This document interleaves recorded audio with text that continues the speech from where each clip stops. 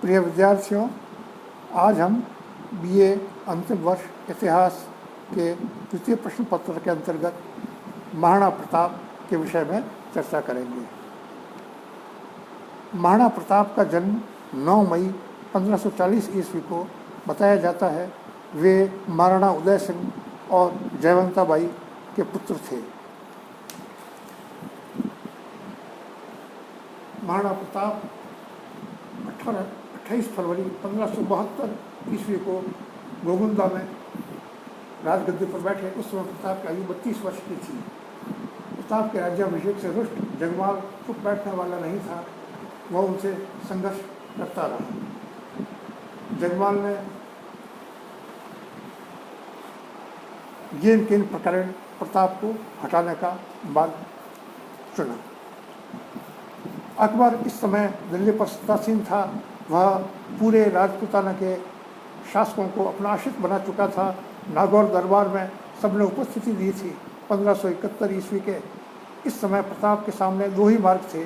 पहला, राजपूत शासकों की भांति अकबर की सर्वोच्चता को स्वीकार करते हुए उसकी सामाजिक व्यवस्था का अंग बन जाना, और दूसरा, उसके साथ घातक और लंबे संघर्ष का सामना करना। अकबर ने महाराणा प्रताप को समझाने के लिए अनेक शिष्टमंडल भेजे। 1573 में उसने आमेर के राजकुमार मान सिंह को प्रताप को समझाने का दायित्व सौंपा, लेकिन प्रताप को यह पसंद नहीं था। मान सिंह के सम्मान में उदय सागर पर भोज आयोजन किया। प्रताप उसमें सम्मिलित नहीं हुआ। मान सिंह प्रताप की मनस्थिति समझ गए। मान सिंह के बाद अकबर ने अपने राजदूत की हैसियत से राजा भगवंत दास को प्रताप के पास भेजा, लेकिन उसे भी सफलता नहीं मिली। अंततः दोनों के बीच में युद्ध अवश्यंभावी हो गया। प्रताप यह भी जानता था कि अकबर के शांति प्रस्तावों को ठुकराने का क्या परिणाम निकलेगा, अतः उसने युद्ध की तैयारी आरंभ कर दी।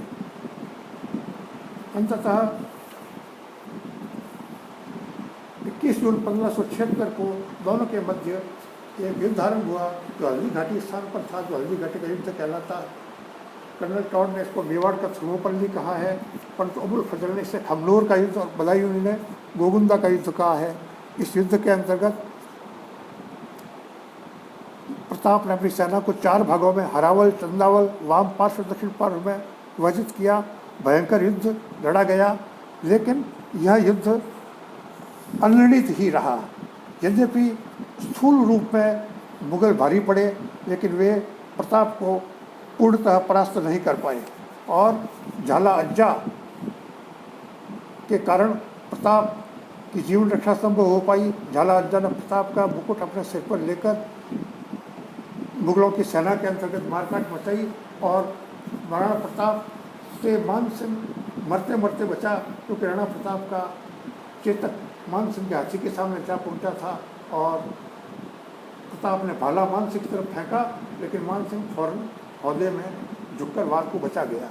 मुगलों के भारी रहने के अनेक कारण थे कि महाराणा प्रताप और सैनिकों में वीरता और साहस की कमी नहीं थी, लेकिन उनके द्वारा परंपरागत युद्ध शैली का युद्ध खेला गया, युद्ध लड़ा गया, जबकि अकबर ने वैज्ञानिक युद्ध शैली द्वारा महाराणा प्रताप को अपने ऊपर हावी नहीं होने दिया। युद्ध का दूसरा कारण प्रतिकूल परिस्थिति में सैनिक संचालन की जो योग्यता थी, उसकी राजपूत सेना में अभाव था। तीसरा कारण प्रताप द्वारा सुनिश्चित योजना तैयार नहीं किया जाना था। चौथा कारण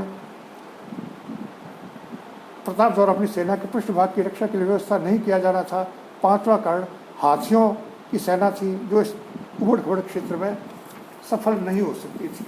हल्दी घाटी के बाद प्रताप ने जंगल में रहते हुए अपना संघर्ष जारी रखा, और अपनी मृत्यु से पूर्व तक केवल मांडलगढ़ और चित्तौड़ के अलावा उसने संपूर्ण मेवाड़ पर लगभग अधिकार कर लिया। खोए हुए प्रदेशों पर अधिकार करने के बाद महाराणा प्रताप ने चामुंड में अपनी राजधानी बनाई, और वहाँ सांस्कृतिक विकास के क्षेत्र में स्थापत्य कला के अनेक महत्वपूर्ण बनाए। जगन्नाथ महाराणा प्रताप के अंतिम दिन चामुंड में व्यतीत हुए। वहाँ वर्षों की भागदौड़ ने उसके शरीर को निर्बल बना दिया, और एक बार धनुष चढ़ाने के समय उसकी प्रतिष्ठा टूट जाने से वह बुरी तरह से घायल हो गया। कुछ दिनों बाद 19 जनवरी 1597 को उसका देहांत हो गया। चावड़ से लगभग 1.5 मील दूर मंडोली गांव में उसका अंतिम संस्कार किया गया। वहीं उसकी छतरी का निर्माण करवाया गया जो आज भी विद्यमान है। प्रताप पृथ्वीराज चौहान, राणा कुंभा, राणा सांगा और राव मालदेव की स्वतंत्रता की श्रेणी का अंतिम शासक था और आज भी महाराणा प्रताप का नाम राजस्थान के इतिहास में एक सूर्य के समान दीप्यमान होता है। राणा प्रताप की ही श्रेणी का राव चंद्रसेन मारवाड़ में शासक था। वो अपने भाई उदय सिंह के अकबर द्वारा सहायता लिए जाने का सत्ता से च्युत हो गया, लेकिन उसने फिर भी प्रताप की ही तरह मुगलों के साथ संघर्ष जारी रखा। नागौर के दरबार में यद्यपि उसने अकबर से भेंट की थी, लेकिन उसने अपने अकबर की अधीनता स्वीकार नहीं किया और अकबर के विरुद्ध छापामार संघर्ष करता रहा।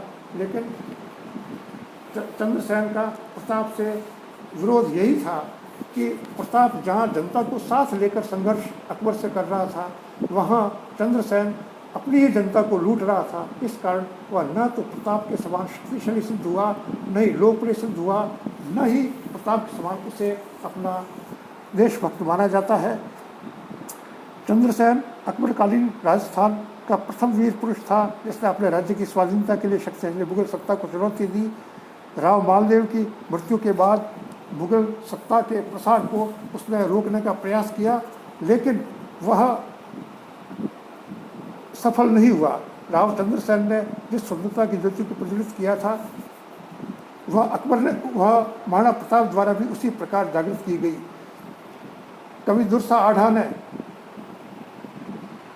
चंद्रसेन और राणा प्रताप दोनों की महत्ता को समान रूप से गीतबद्ध करते हुए लिखा है। अणदगिया तुरी उजला असमर, चाकर रहन न डिगियो चीत, सारे हिंदुस्तान तणे सिर पातल ने चंद्रसेन प्रवीत। अर्थात जिन्होंने अपने घोड़ों को भी दाग नहीं लगने दिया, जिनकी तलवारें सदैव उज्ज्वल रहीं, अर्थात अहिंसा के कलंक से मुक्त रहीं, जिनका मन कभी शाही सेवा हेतु नहीं डिगा, ये महाराणा प्रताप और चंद्रसेन भारत के सिरमौर है। इस प्रकार प्रतिरोध की नीति के अंतर्गत महाराणा प्रताप और चंद्रसेन ने अकबर का प्रतिरोध करके उसे भारत की अस्मिता और जिजीविषा का परिचय दिया। आज की वीडियो में इतना ही।